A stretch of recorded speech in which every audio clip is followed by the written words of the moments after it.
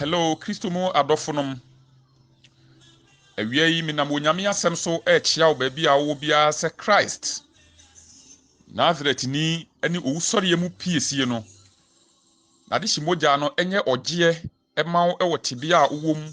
a woteme nka awia yi bia. Hallelujah. Ena kakra ni onyankopɔn asem eba me nkyɛn. Se me ne ma enche ne nsɛm yi. Na me de ensɛm yi egu me WhatsApp status etworo no Facebook wall. Nanso, I still have the inkling to come your way this afternoon. Na mene wo ensign enche no audio. Na obi a wanya bere ne adage ankenkan no. Ebi a audio de at the comfort of your home where you sit back. Relax no wobetimi etie. Na ekwanya bi ba nso a wafa wo tworo nsɛm na wakan. Ensɛm a mene wo eche no awia yi.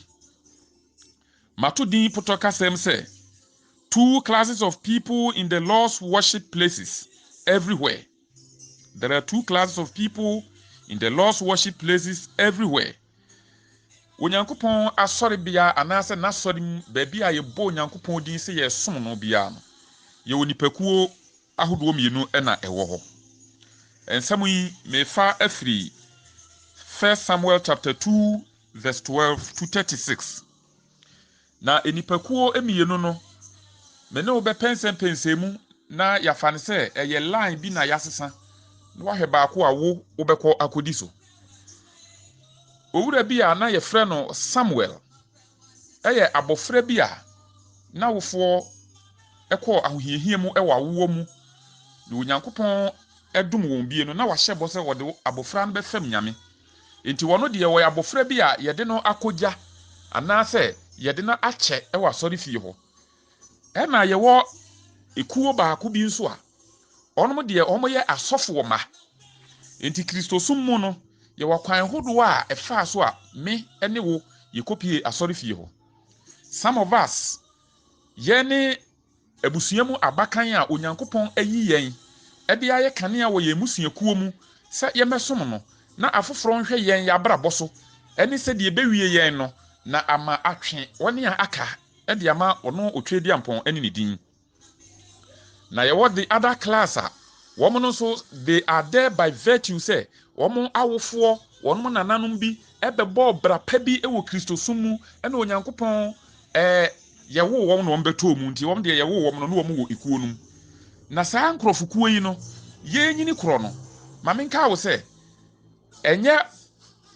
compulsory anase enye se saa na tie se yekwa wutum di a wo beye se na wo firi baabi ba a wo beye se daabi.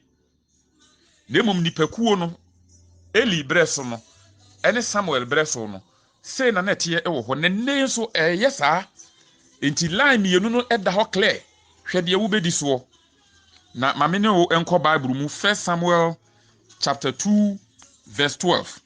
Wose na Eli ma eno ye ehuhufo wo mu awurade na asofo ade a woye oman no ne se obi bebo afode a wono anam no na asofo no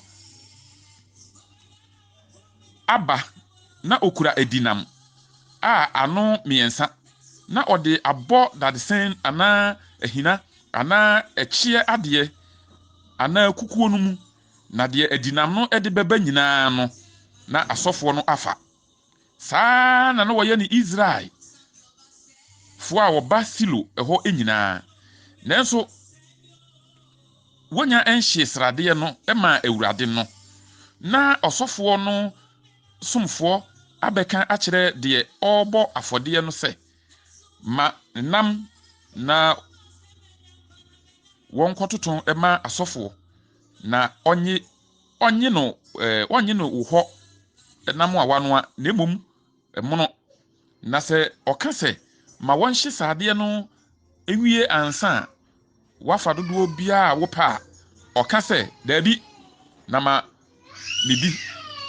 preko anya saa mefa no ahoden so enti emrantie no ebone so kese awurade anim enti se nipa nu bu awurade aduane afode no animtia. Na Samuel de osom awurade anim woye abofra a ode enwera asofotade abɔ ne mu na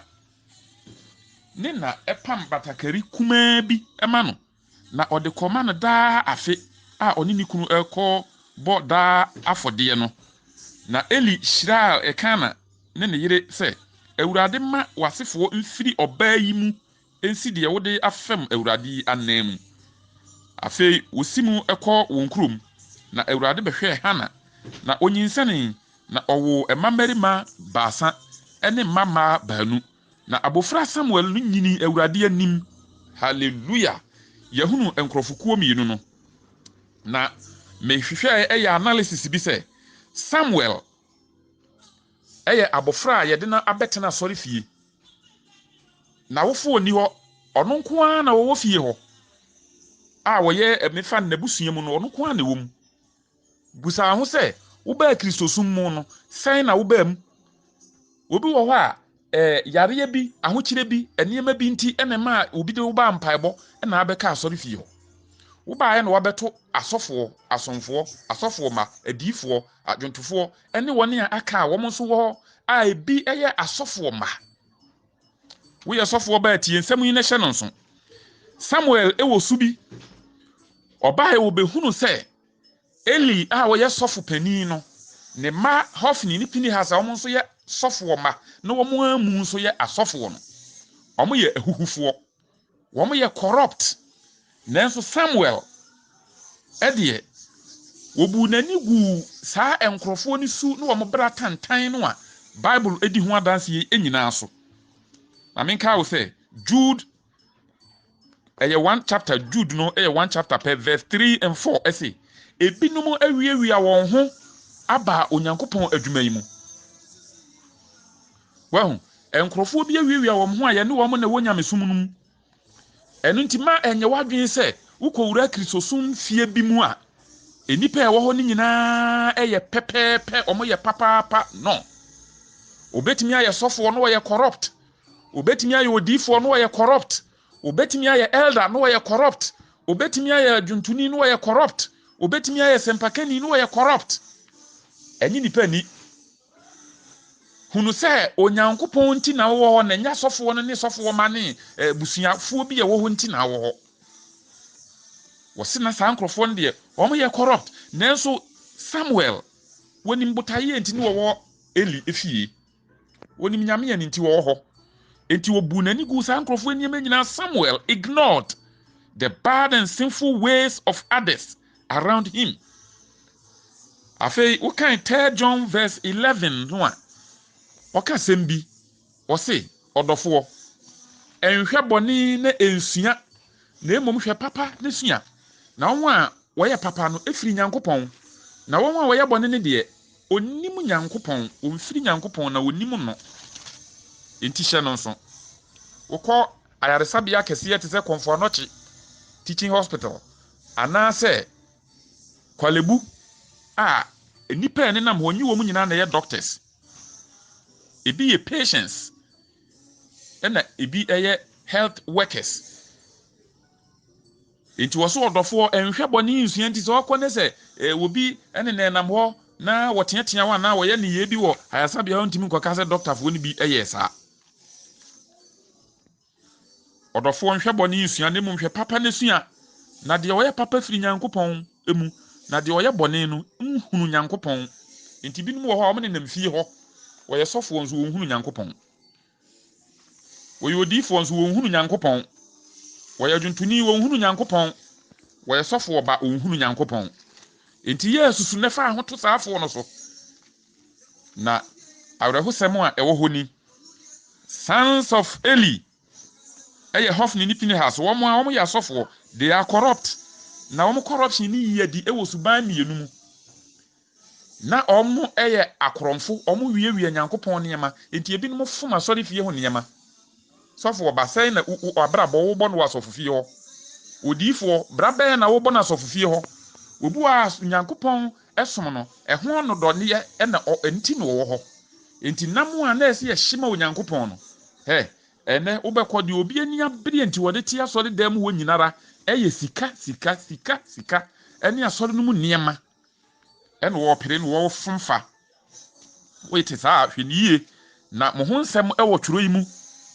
na ebewie no wobɛhu baabi a wɔn de ekɔ wie na ewie wɔ mo yie a ebewie wo nso yie na ewie no bɔne a sɛdeɛ wo nso wonam ne kwan so wɔ no ɛbɛkɔ kɔ wie o sɛdeɛ ewie no no a Samuel na wɔsom Nyankopɔn with clear conscience. John 9:4 say ɛsɛ me sɛ adekyeɛ wɔ hɔ yi meyɛ deɛ wɔsoma me na adwuma mepaakyɛw asɔre fie hɔ hwan na soma wɔ hɔ wopɛdeɛ wɔ hɔ obi afu na de no wɔ hɔ obi akɔnɔ na de no wɔ hɔ mmabaawa a ɛto dwom wɔ hɔ mmabaawa a wɔn ba asɔre fie hɔ mmabaawa a wɔn de wɔn ade hiadeɛ ɛba wɔn nti na mmeranteɛ bi wɔ hɔ ebinom kɔ ɔmaa pɛ ɛna mmaa no bi nso kɔ mmarima pɛ ebinom yɛ abonsamfo wɔbɛwura mu sɛ wɔbɛsɛw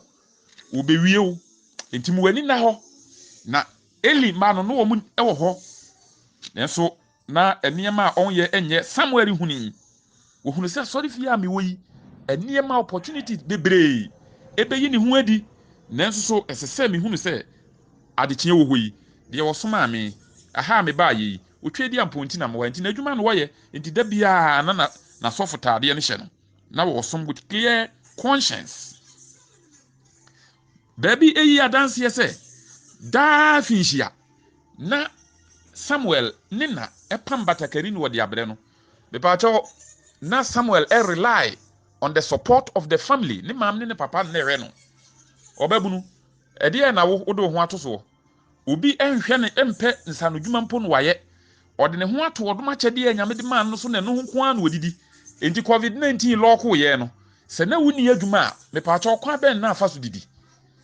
dodoɔ no a na mo apɔbɔ kwa so deɛ wo hunu yɛ wobɛfɔ so wahu wafrɛ nipa o clients na de ato mo anim o mahunu ho asɛm sɛ na wo de nnada ne adefɛdefɛ adɔkɔdɔkɔ nsɛm agyibribi afiri wɔn hɔ saa bi na Elima no ɛyɛ wɔn de yɛ den ɛna na ɛgye asɔre fie hɔ nneɛma ɛyɛ Nyankopɔn de akora no ɔngye ano wɔn mo edi saa de ano wɔn yɛ na yɛ bɔne wɔ Nyame anim sons of Eli ɛde ni corrupt they steal from the Lord's offering ɛna de edi hɔ ɛyɛ sexual immorality enipa ɛba wɔn nkyɛn no hwɛ ɛmaa ɛkɔ asɔre fie hodoɔ ne mpaabɔ bi ahodoɔ no most of them no na wayɛ so desperate abrabɔ di ni hwɛmɔ anamɔ bi a wɔtu no bere bi atwam obi yare bi ɛda no so adwuma sɛ yie bi ɛne adwuma a wɔpa a wɔnya bi enti wɔde ne gidie nyinaa hyɛ enipa bi mu ama nkrɔfoɔ bi a nipa frɛ bi no man of God a enye Nyame na frɛ ne saa ɛyɛ nipa ɛna de title na ma no enti wɔn hu no sɛ woyɛ sononko oh wɔyɛ ana gospel artist ɛwɔ man mu Ghana man mu gospel artist dodoɔ nara asɛm yɛ ana ma werɛ ho ɛmaa dodoɔ no awadwen bi sɛ obi fa Nyame asɛm de ana sɛ wadane soro abɔfoɔ na sɛ wayɛ clean na even asoro abɔfoɔ mu mpo na bi nyɛ enti yɛ susugi nipa di because of tongues wa waka ɛyɛ susugi nipa di because of timi preachi ɛyɛ susugi nipa di because of hyɛ nkɔm enti binom gye nipa ni di enti kodum pɛmpɛnsuo bi na Nyankopɔn nipa ɛka kyerɛ ɔbaa a ɔnyɛ ne ho adeɛ sɛ ɔne ne da ne mpo bi di honhom kronkron mpo edi bɔne hyɛ ne nkɔm gye sɛ meyɛ wo sei ansa na de a wopɛ no ayɛyie onyame hu nipa mɔbɔ Elima no esuban no na ɔmo fa mmaa ɛwɔ asɔre fie ɔmo yɛ saa deɛ yi a enti edurubere bi ɛma ɔmo asɛm bae ti me kyerɛ wo sɛ na ɔmo no they place themselves first before God ɔmo hwɛ ɔmo ankasa yie die no ɔmo nkɔso enti asɔre bi mu odiifo bi wɔ sika kora kyɛn asɔre no amu ɔno ko ana account no so kyɛn asɔre no account ebinom adidi asɔre no mu anyinye nya wɔn ho hyɛpɛhyɛpɛ well ɛnyɛ bɔne sɛ fɛ kwampa so na onyame ma onya adeɛ wanya hu ni asɛm na mmom sɛ wode azan ne na ada ne yɛ poobɔ egyina nyame asɛm so daada nipa gye wɔn ho nneɛma adue Elima adwuma no ɔmo yɛ no they didn't heed advice because God desired to kill them baby a ehuni wɔsi nipa bi wɔ hɔ a Elima no ɔmo papa ehuni mame no nsan kɔ Bible no maduru 1 Samuel chapter 2 verse 22 afi Eli abakora na ɔte de ne ma ɛyɛ Israel nyinaa Israel a yɛ kan obi bɛka sɛ na sɛm de me yɛ Ghana ni 1 Peter 2:9 heading ne say Christopher pa ɛyɛ nokore Israel enti se mintimi nka enwu obi asori animu ase nanso Paul se me kanfo me som no kware gidi asori through faith ana gidi in general me nkura abrem no se ye school mu kura na biribi yira na teacher fo mo ya o mo se ye che ade na ayira na mamu atua no ye yi gidi fo firim mo nka o gidi ni o hu ya de adwaman ho asem na beba gidi fo nka ho bibia beba ye basabasa bi gidi ni nka ho he wose na Eli abakwara nti sofo obi abakwara wo baabi e na ne ma eye niema odifo obi abakwara ne ma eye niema sofo pani bi abakwara na sofo kwa ewo emiamia eye niema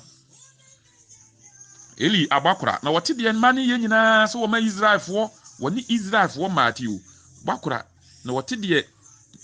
na ne ma ede ye Israel nyina eni se de woni ema wo beye ahia ntomadan ano adwuma no da na wo ka kire won se adenti na mudi saa asem yi na mete ensemoni nyina firi wo man nyina num da bi me ma na enye atenkapa na metie yi muma awurade man no efum won bi na meka no obi a woyare se doctor emani nuo no wo kire nse nuo no duduo se nanom no a na yare senti obenum obi a waba empaebo waba osofo nchen waba odifo nchen wodi gidie bi na bae se nyame ne wo kasa nti de obeka bia no esese oye enti se wo ka kire nse esese one ne da obete ase esese ogi ne hu sika nyina a ode bema wo esese ogi ne dwapade a ode bema wo na ho ode nti na dwuma sem nti na ware ye nti eba bia wo penti ti saa ne mai eba saa na wo wama saa nipa no wama na fom muma Israel efom na onipa eye onipa bi bone a onyankopon bepata ma no na se obi ye urade bone a hwan e na obepa kyewa ma no nanso wantie wonaja ne efiri se na urade epe won aku won enti se woteme ne a na wo ye corruptor wo hihye yemu ye ne wo kɔ ne wo ba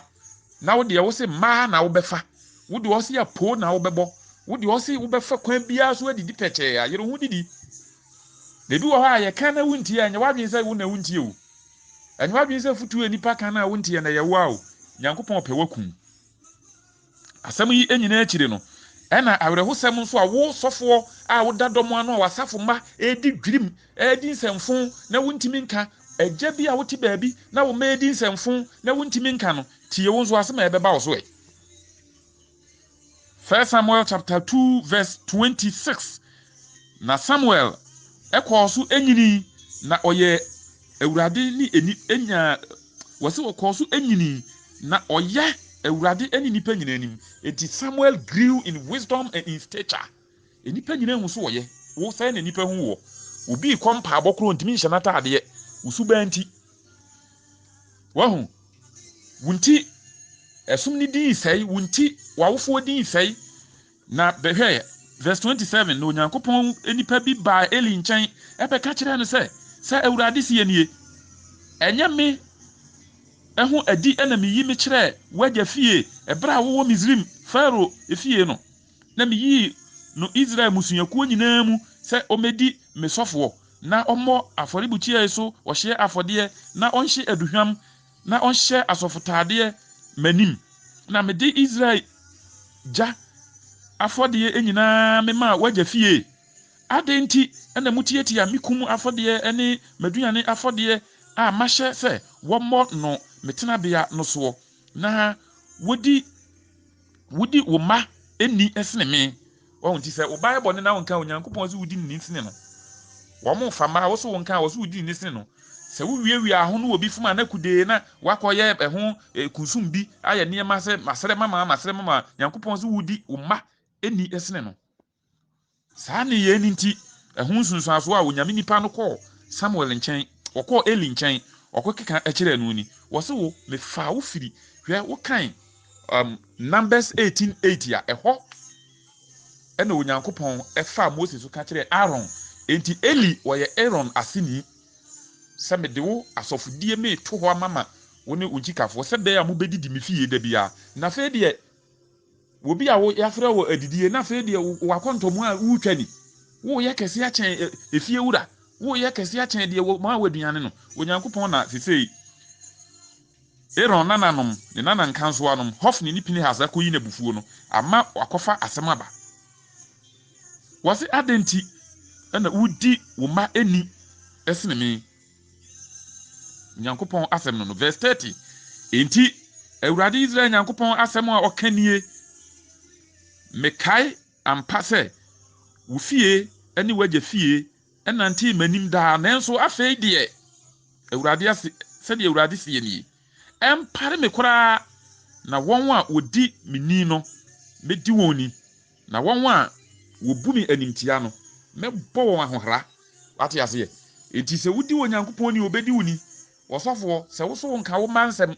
wo nka wɔn a ɛhyɛ wase na asɛm wɔn a bɛn wo nka wɔn asɛm na emom ahɔhoɔ yɛn a yɛmu bi yɛni background yɛni baabi yɛ ba yɛ fresh no enti wanhwɛ yi a ahɔhoɔ a yɛba kyire na kikafoɔ bi ba bedi kan na di kanfoɔ bi akodi akyire Onyankopɔn se empare me anam hyɛ bɔ masan ma wasefoɔ eni masɔfoɔ bi odi mini no medi nini hwɛ ɛna bi ba a metwa wo basa na wagya fie ene wagya fie basa na akokora bi enka wo fie wahu de wo ma kwatwe aba enti agya di a wote me ne sɛ wo ma edi nsɛmfo a sekyere ne ka no kora kyerɛ wɔn de o se tuo tu no de o sa so twena so de o sanim ka kananim na wɔamfa wɔn bɔne ankofa so mamra wo kai na anu Yona ho asɛm a ne Yesu yam wɔse amitai ba Yona na yasoma no a wankɔ enso wakɔtwe brɛfo wakɔfa bia bɛsa na busua ama ne papa din abɛbata ho Eli enye bɔne ne ma esuba tantanti Onyankopɔn se apam no wotwam na wotwam awie no wasan de no bi to se ɔma kokora ma ɔmu fie wunyini nu ba bia no awu enti se mabunu wu abete obi etwa atuma na ese de mpani na de na ekoso asɔle mu eye musuban na ekoso ɛso aba na mu twa se mo ansesa mo akwan a se de ɛbɛkɔ no ano no na wonhunu akokora wo fie verse 32 say na se wohunu yei a Onyankopɔn bɛyɛ Israel wohunu yi a Onyankopɔn bɛyɛ Israel no nyinaa ɛbɛma wo ho ahiahia wo ɛwɔ me tenabea hɔ na sɛ akokora bi efisa akokora bi enka wo fie da bia da nanso merema enipa mema nipa emmɔ mafɔre bochi aho na wama wani ayɛ samo wote ase Onyankopɔn wɔ wasotwe ahodo o onhye wase onyi mfiri hɔ o mebi atena hɔ na emum wɔ gye wo gina brɛ ne de ama obi na wama wo soso wakɔ ahohiahiam na afei ama wani ayɛ samo awerɛho abɔ kane ne nka yefie ye ne yedi asɔfo o nanso yefie mpo na ɛha na diifo afei de diifo honhom kora nka afie ne biu usuban nti de wode honhom ne ye nti wasɔfo die ne bi ma afie biu na emum mote hɔ na mohwɛ na moafo soso be enjoy na wahyɛ wo kra awerɛho na wo fie dodo bewuwu wo mmerante beremu verse 34 say na yei enya wo de ebeba wo ma baanu Hofni eni Pinehas so ɛho ensenkyerɛne dakoro ɛna wɔn baanu bewuwu wote ezi odi kan sɛ ɔkan no wɔn tie no na Nyankopɔn pɔ mu akun afei wa mo odifo bi abɛka kyerɛ opi sɛ o ma no wɔn suba tantan no dako ɛna wɔn bewuwu na sɛ ɔpani wote hɔ ɛgya wote hɔ ɔbaatan wote hɔ na wo ma anka wɔn kokora bere mu wɔn bɛhwɛ wɔ wɔn mu bewu dakora na ɔkɔ ya na wo bai sɛ dakoro no mienu bewuwu verse 35 na mema ɔsɔfoɔ no kwafoɔ so mafa ɔbɛyɛ de ɛwɔ makoma ene mekra mu na mɛkyekyere ne efie a etim hɔ mama no na wanante de masa no anim ena nyinaa verse 36 na de ɔbɛka wo fie no bɛba abɛkoto no agye dwetɛbena ene paano mu a na waka sɛ mesrɛw fa me hyɛ asɔfoɔ adwuma no mu ɛbaako bi emu na menya paano buprɛko madi ɔho enka obi a onyame apagyaw ɛde wakodu mpempensuo bi nenka wasefoɔ sese ediye no enti mepaakyɛ wo ɛyɛ susufa ho to ho so ye papa na ye sɛ ye gyanom ye nananom ye ho ahwan susuma saa de no nwura wutirim na bible ɛse sɛ meti ase yi ɛgya nso a ɔba mu muyɔ ɛna ɔba nso so agya mu muyɛ okra oye boni ono an bewu enti se wanhwe ne mayi na wo a ma obere yi na de ho to the past glory ebi a wajanom agito ho so a abusua ewie yie obi eno papa a wo ye ntimi mpepa wo mu yo obi a bekwa kobu na tan ye nyina kopie Kristo atemu agwa nanim mede ma no usi yo Samuel lai wo ho yo Elima lai so e wo ho Samuel eye ho brase ni Samuel enye ni bereberefo Samuel onhwe obi bɔ ne nsua Samuel ɛbɔ ne bra a adwene ɛda ho enti ɛma ne ba ahyia ntomadan na Samuel hunu bi nanso wamfa bi Elima no on the other hand wɔn de ye papa yɛ sɔfopani efie ha yɛ dia enti no wɔn ɛfom asɔre fie enuane sika ɛma ne ma no kora no wokan English version no a na wɔn repu wɔn ne ma werɛ hosɛm ne sɛ ɛma dodoɔ no wara a ɛmɛma repu wɔn no yɛfrɛ bibi silent compliance kadeɛ no wɔn pɛ nanso esi wie yɛ no stigma yɛbɛtenetene yɛn nsa wɔn so nsa tene nipa nti na wɔde nade ahyɛ ne ho na ɔdi ho awerɛhoɔ ne nyinaa egu Elima ne tiri so enti Bible na nka sɛ ɛma no ɔmo yɛ ɔmo saa no ebenya sotwe wei ne mmom wɔse wɔn mienu bewu dako na ɛbaa mu saa ɔmo mienu wu dako na ɔmo papa Eli so yɛ tena hɔhwɛ no so ɔno so ati wuo no omini hwe na wɔwu ma no asi me ka wo sɛ deɛ obi yɛ ne nebia so aketua wo hɔ enti pɛ lie a ɛyɛ Samuel lie ne di so da bi a wo bia nhwɛ bɔ ne nsua onyame enti nanim nkyerɛ na ɔnom na ɔma ho kronkron ma wo nsɛm yi mu ntiaseɛ wo fie a yɛ akenkan ɛyɛ wo nua ɔsɔfoɔ ofutufoɔ ɛne wadeɛ nyina ɔsɔfoɔ Eric Enin 0244 657738 ɛna ɛyɛ me number ɛyɛ a frɛ me ne yɛni nkɔmmɔ share message bye bye.